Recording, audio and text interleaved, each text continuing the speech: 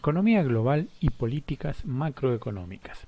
Habíamos partido del estudio de la macroeconomía diciendo que habían objetivos de política macroeconómica que tenían que ver con sostener niveles de crecimiento, sostener niveles de empleo y estabilidad de precios. Bien, esos objetivos de política macroeconómica se logran con ciertas herramientas que tienen diferentes efectos, ya sea que el funcionamiento de la economía sea de una u otra manera. Y acá no todos se ponen de acuerdo en cómo es ese funcionamiento de las variables económicas. No siempre, además, funcionan de la misma manera, no en todos los países han funcionado de la misma manera, y bueno, hay muchas discusiones de si si pasa tal cosa será tal otra, etcétera, en términos de la ciencia de la economía. A lo largo de la historia han habido varias escuelas económicas. Bien, acá vamos a hacer un repaso. Faltan algunas siempre, pero vamos a poner quizás las más representativas o las que más han incidido en lo que nosotros hemos estado estudiando y estudiamos en este curso. Y además de las que mayores noticias vamos o tenemos cada vez que leemos reportes de opinión, estudios, papers, etcétera. Podemos arrancar desde la economía antigua y medieval, el estudio de la economía, de lo que tiene que ver con los recursos, los gastos, las asignaciones de recursos, la riqueza de una determinada comunidad. Se remonta a la época antigua, ya en las civilizaciones de la Mesopotamia, la antigua Grecia, en el Imperio Romano, en las civilizaciones árabes que fueron muy fuertes en su momento, el Imperio Persa, y también en las civilizaciones chinas o indias. En la época antigua se han encontrado rastros que ellos tenían una importancia y elaboraban teorías en el es y en el deber ser. ¿De acuerdo? Los griegos fueron los que más avanzaron, y ellos fueron los primeros que utilizaron la palabra economía relacionada a la administración del hogar. Básicamente, economía viene de oikonomía, oikos, casa, y nemein viene de gestión y dispensación. De alguna manera ellos se referían a cómo gestionaban el hogar, pero en realidad el hogar eran en este caso las ciudades-estados, ¿no? Es decir, cómo gestionaban la cosa pública. Ellos arrancan con ese estudio y ellos ya arrancan con interesantes posturas leyendo a los griegos. Sócrates, Platón escribieron mucho sobre esto. Mucho más acá en el tiempo tenemos la escuela de Salamanca. Si bien los postulados de la escuela de Salamanca después caen en el olvido y son retomados por otras escuelas, y hay discusiones sobre si retomaron o si simplemente fueron sobre a decir cosas similares sobre los mismos hechos, lo cierto es que esta es la escuela que arranca con aquello del pensamiento económico liberal.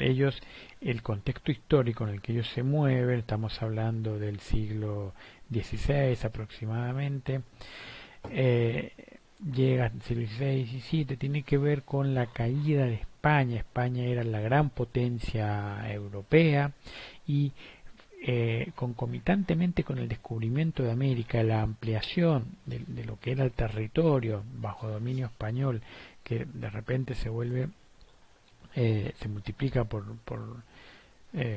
mucho, y pasan a tener todo un mundo que antes ellos no conocían. Esa misma situación a ellos les genera el inicio de una crisis económica que los termina sacando del mapa de los poderosos históricamente esto termina después con la derrota de la Armada Invencible, pero los problemas económicos de España arrancan juntamente con la acumulación de metales preciosos, que era lo que se creía que tenía que ver con la riqueza de una nación. En ese contexto histórico, la Escuela de Salamanca tiene postulados muy orientados hacia el liberalismo económico, y son los que ponen las bases de la teoría cuantitativa del dinero, que es la que modernamente se toma para como explicador, o para explicar la relación entre la emisión monetaria y la inflación. La escuela mercantilista, ya dentro de lo que se reconoce más como el estudio de la economía, cuando se empieza a generar como ciencia, el mercantilismo tiene que ver entre el siglo XVI, el siglo XVII, el siglo XVIII, estamos ya en pleno Renacimiento. Tiene que ver con el contexto histórico de cuando empiezan a emerger los países, los estados-nación. Se empieza a hablar de nación y se empieza a hablar de la riqueza de las naciones, cómo hace una nación para volverse rica y poderosa, y los mercantilistas básicamente ponen el foco en que para que un país pudiera mantener una posición relevante en el contexto internacional y desarrollar su poder, ser poderoso, debía acumular riqueza, y la riqueza se acumulaba en forma de oros y metales preciosos, y para eso debían tener una balanza comercial positiva. Era exportar todo lo que se pueda, importar solamente lo necesario, y en esa dinámica acumular metales preciosos, y eso le daría la riqueza a las naciones. Luego vino la escuela de los fisiócratas, la fisiocracia. Ellos creían en el buen funcionamiento del mercado, no veían la necesidad de una intervención fuerte por parte del gobierno, y acuñan la frase del laissez-faire, que en francés significa el dejar hacer, dejar pasar, que es una de las bases de la economía libre, la economía de mercado, aquello que dice que hay que dejar que los mercados asignen recursos por sí mismos. Bien. Luego tenemos la escuela clásica. En la escuela clásica reorienta el pensamiento económico, lo aleja un poco del enfoque que tenía que ver con las decisiones del gobierno, con las estructuras de las clases sociales del entonces, y enfatizan los beneficios del libre comercio, empiezan a estudiar específicamente cómo funcionan los mercados, y desarrollan acá sí un análisis, una teoría del valor de los bienes y de servicios, y descansan la teoría del valor apoyándose en la importancia del costo de producción. Bien. Se oponen los clásicos a la intervención del gobierno en el mercado, más allá de cuestiones básicas relacionadas a que para ellos el mercado era eficiente. Acá viene la idea de la mano invisible, no apoyan los controles de precios, cuotas, regulaciones u otras cosas que los gobiernos ya venían implementando en la época. Y entonces el gran aporte de la escuela clásica, más allá de iniciar el estudio de la teoría económica analíticamente, fue tomar el costo de producción como medida del valor de algo, de las cosas. La escuela neoclásica es una escuela de pensamiento económico que surge después en el tiempo, y la gran diferencia que tiene y el gran aporte diferenciador es que le asigna la función de asignación de valor a la demanda, al consumidor. Acá nace la teoría del valor subjetivo. La de los clásicos era la teoría del valor objetivo, y con los neoclásicos la teoría del valor subjetivo.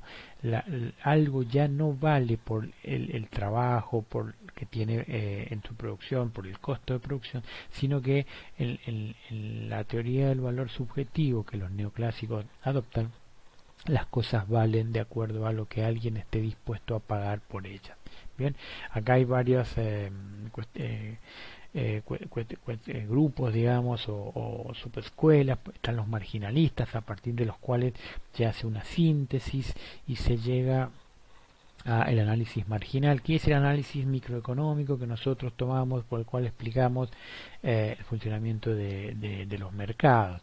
Ellos establecen la ley de la utilidad marginal, entonces da el valor de los bienes, los explica por sus costos. Por el lado, entonces, perdón, el valor de los bienes ya no lo explican por sus costos, es decir, por el lado de la oferta, como lo hacía la escuela clásica, sino que ahora lo hace por el lado de la demanda. El valor de utilidad marginal, el valor que se le asigna a la última unidad consumida, es la que valida los precios según la escuela neoclásica. Otra escuela económica es el marxismo. El marxismo toma la estructura de la escuela clásica, la teoría del valor objetivo, teoría del valor, que las cosas valen por el costo de producción que tienen, y el argumento del marxismo radica en el que el capitalismo, que es aquello que explicitan los clásicos como la forma de desarrollar la sociedad, la producción y el trabajo, es un sistema económico, y que el marxismo dice que la estructura capitalista en sí misma es errónea y por lo tanto siembra la semilla de su propia destrucción, decía Marx, y terminaría el propio capitalismo en su dinámica consumiéndose a sí mismo. Bien, y que terminaría esto con el libre mercado de los bienes y servicios.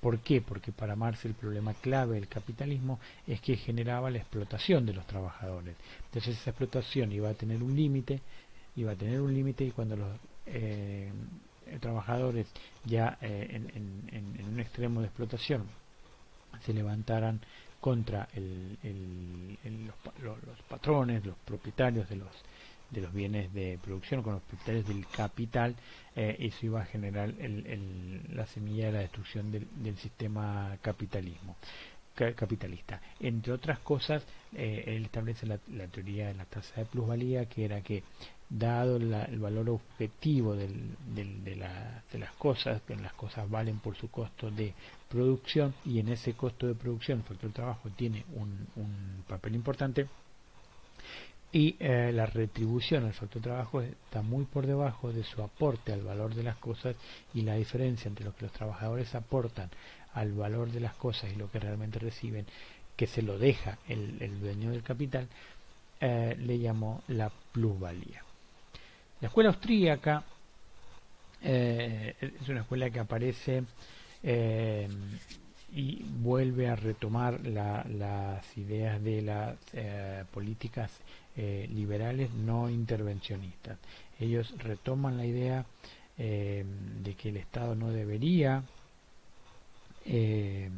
intervenir, sino dejar que las fuerzas del mercado actúen en sí mismas, y la escuela austríaca vuelve a tomar la idea del valor subjetivo de las cosas, es decir, que para ellos las cosas tenían valor de acuerdo a la condición a la cantidad que alguien estaba dispuesto a pagar por una cosa. Bien, toman los postulados de los neoclásicos. La escuela austríaca se origina en Viena a finales del siglo XIX, principio del siglo XX, y los principales exponentes son Menger, Mises, Hayek, Rothbard, Hope.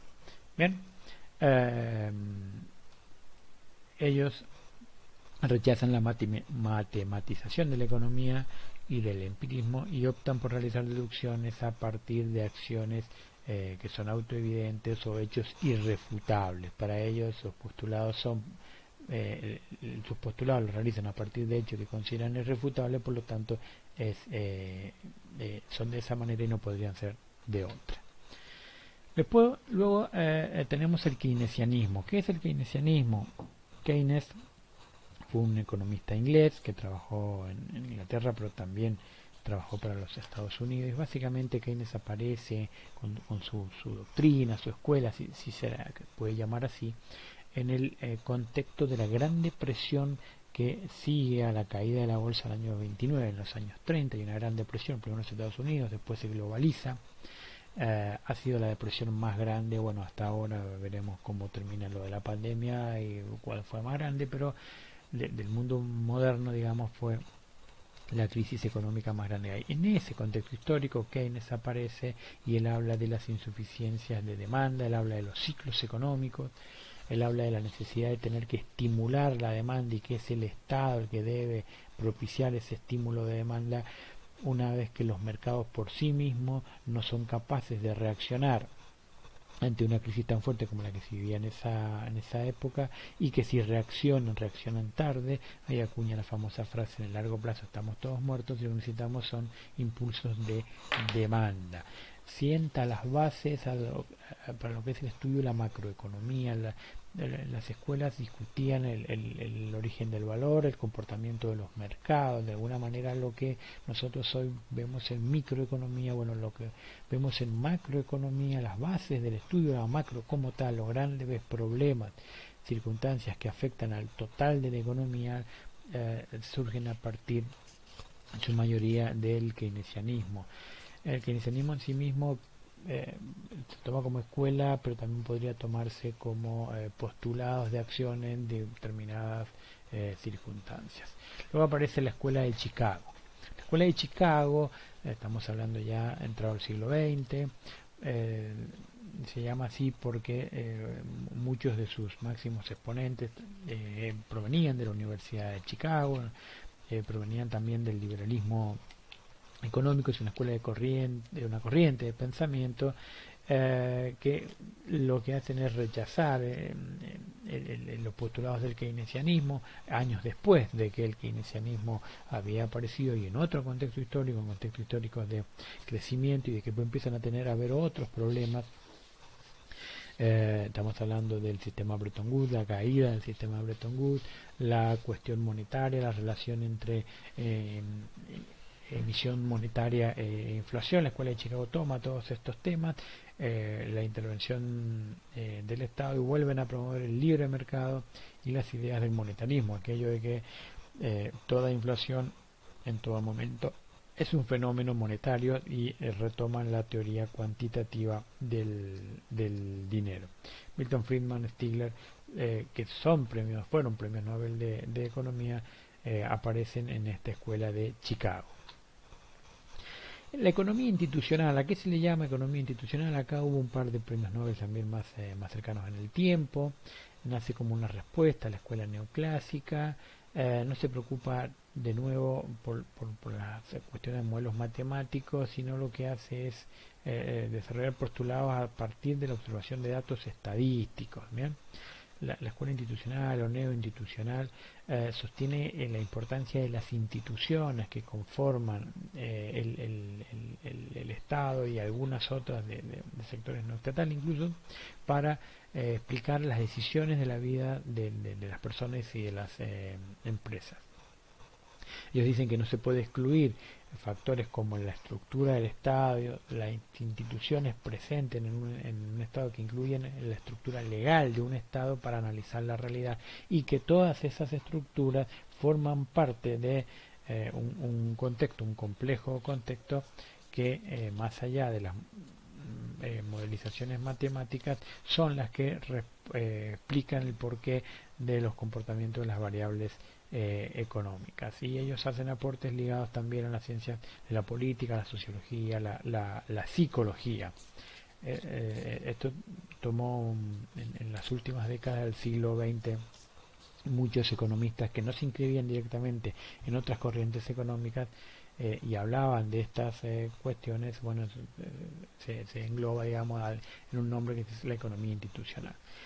Y el neoliberalismo, del que tanto se habla. El neoliberalismo es una corriente de pensamiento económico y político que surge en el siglo XX, defiende el sistema capitalista, trata de resurgir las ideas de lo que es el liberalismo clásico, y el propio término neoliberalismo que muchos dicen que en realidad no existe, que está mal decir neoliberalismo, pero en realidad fue acuñado por economistas que defienden esta doctrina y esta corriente de pensamiento económico.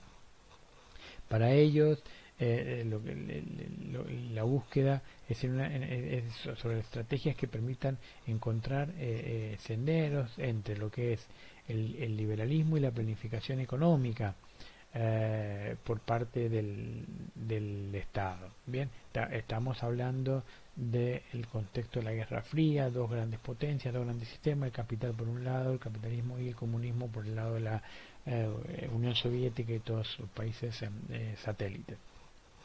Bien, ya se había sido mencionada, acá es importante el tema de la palabra neoliberalismo, pero las ideas básicamente es la del libre mercado, la disminución en el papel del Estado y hay una relación con la política porque hace referencia a una sinergia entre el liberalismo económico y el conservadurismo